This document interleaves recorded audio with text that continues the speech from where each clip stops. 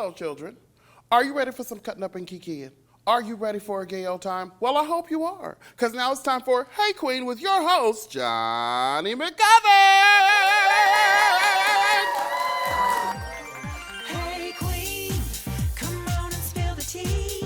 Hey Queen, it's just a good old-fashioned kiki. Hey Queen, we're cutting up with Johnny. Hey, hey, hey, hey, hey. Hey Queen.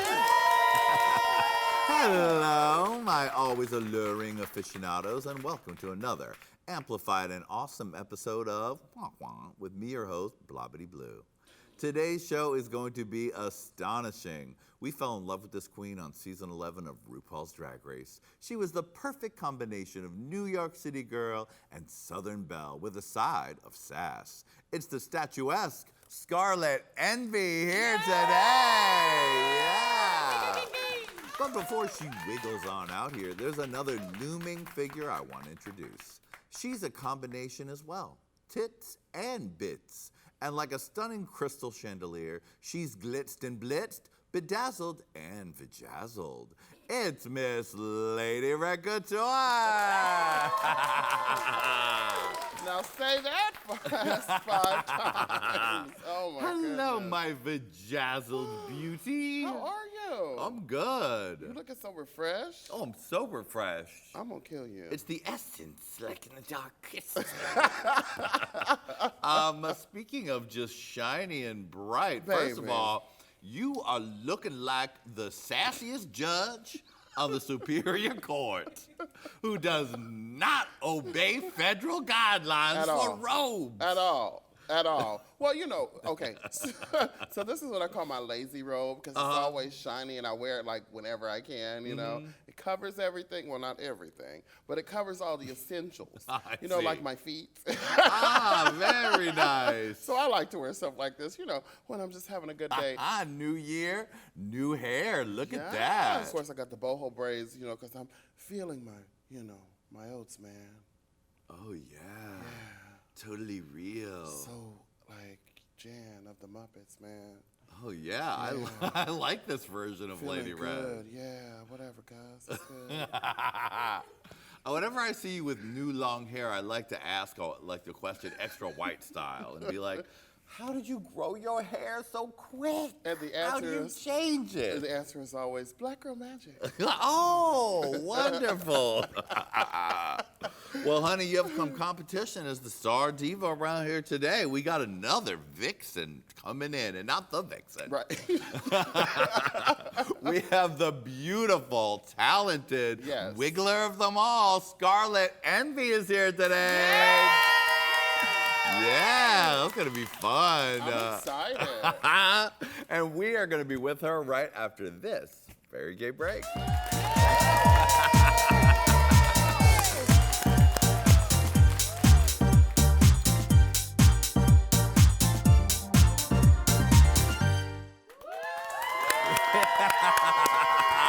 We are back. Today's guest is stunning. She's giving us legs, and she has all the other girls Scarlet with envy. It's, of course, Scarlet Envy. Wow, thanks for having me. Hey, Queen. Hi. You do look great today. Well, thank you. I got a little vintage Dior for you today. From the waist up, she's at an interview. From the waist down, she's not. Right. Yeah. Lady Red, are you enjoying this legs on parade that we're getting today? Honey, I got the breast already, so I'm glad she brought the leg. What a crazy year must have been for you. Oh my God. Well, I was attempting to bring a little bit of breast too, but Oh, okay. she's nothing if she's not flat. Huh? Now, have they been enjoying your breast and legs on your Club Kids tour across the UK? They did. Oh my God, Johnny, the UK is, I think I have a love affair with the UK. Although I also will be doing anything to get out of the country these days. It's a nice breath of fresh air. Because things are so insane right now. I know. It turns out, you know, it's kind of insane all over the world. But yeah, the UK was beautiful. The dicks are gorgeous. The boys attached to them are gorgeous too. Yeah, they're like, hello, Scarlett. You Hello. looking good? Yes. Yeah, we did, I think, 18 cities Wow. with Clipkit. There's 16 cities. And what was your highlight of traveling with Miss Mercedes Iman Diamond and Sugarcane? Oh my God. Well, I tell you what, Mercedes was the party animal of all of us. Really? Yeah, the boys love Mercedes, and the feeling's mutual, obviously. She is a great time. Suge is also so much fun. Yeah, I really couldn't have asked for two, we're friends. We're actually friends. You don't have to be friends with the people that you work with, but it helps when you are. Now, how fun is it for you now, having had sort of a year of international fame, to go back to Bushwig and slay the game? How does that feel? It was so fun. It feels like home. And I always ask, I host every year. I think for the only year I didn't do Bushwig was the first year. So I've hosted for an hour on the main stage every year since. And I always ask, who's new?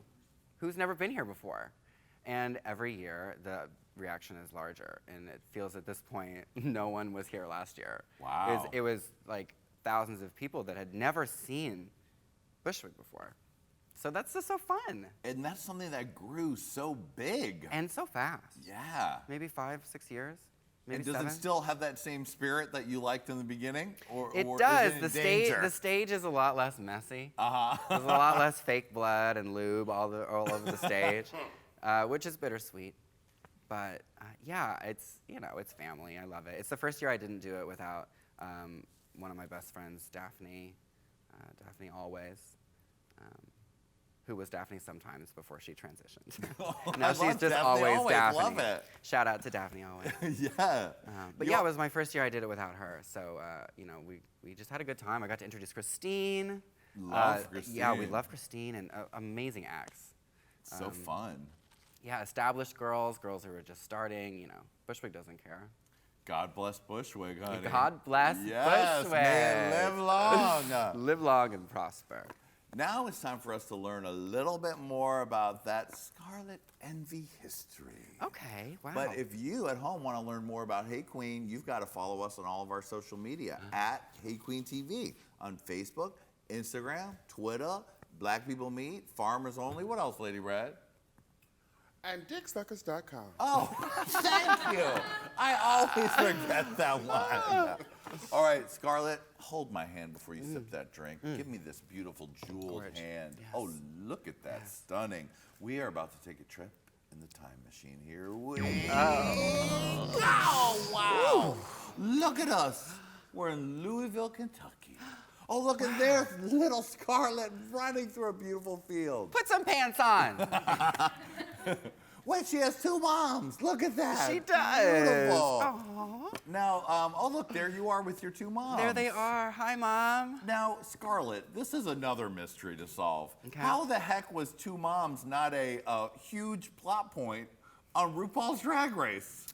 Well, let's start at the beginning. When a woman and a woman love each other very much. No, I'm not sure. I can't really answer it.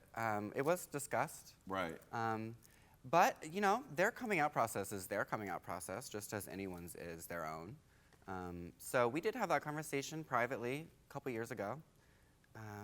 But, they weren't very public about it until a couple years later. So I was very careful until, the closet door was all the way open. I see. To, share a story that's not necessarily mine. I get it, yeah. But yeah, they're getting married in 2020. That's very exciting. Yeah. Well, let's go back to little you. What were you like as a kid? I'd say I was a good kid. I don't know if my parents would agree. I was really good at not getting caught. But I had fun. I have 3 little sisters I grew up with, so I taught, I was teaching them how to crawl out of the crib and, how to straddle the toilet and, the things that you teach your baby siblings as babies. Now, when did you start playing with makeup? I remember maybe when I was like 10 years old, I got in trouble for having eyeliner on. It was like not allowed, I tried to wipe it off, and I was so embarrassed because I didn't get it all off, and there was residue. My family was like, "What is that on your face? What's happening?" It's like, nothing, it's fine. little did I know when I walked into the workroom of Drag Race, I would also be wearing no makeup at all. Was your family conservative? Very, Uh-huh. very. Dad was a deacon. Mom was teaching aerobics in church, like the church aerobics. Church aerobics are my favorite kind. What about you, Lady Brad? Yes, Jesus status. Jesus aesthetics, exactly. Yeah, a Jesus aesthetics. Yeah. So now, how did that come into play when you started to realize that you were gay? Well, gay people can do aerobics too. We do it better than We do a anybody lot of else, aerobics. sweetie. Yeah. Yeah, you know, I didn't come out until I moved to New York. And I think I kind of knew what I was doing when I did that. Gave myself no option at all. I went to FIT. Big shocker, by the Yes. way. I'm a homosexual. Surprise. Surprise! Everyone else is here too. But yeah, I think I kind of warmed up the waters a little bit for my family in terms of I never really adjusted who I was. I just didn't have the conversation. You know, I wore what I wanted to wear, and I was in the theater in high school. I was a child actor, and that was the only way to get out of math class was to like, sorry, I have a show. Right. What were I'll be your back in What were third your period. greatest teen roles? Well, I play Ollie in The Best Christmas Pageant Ever. Okay.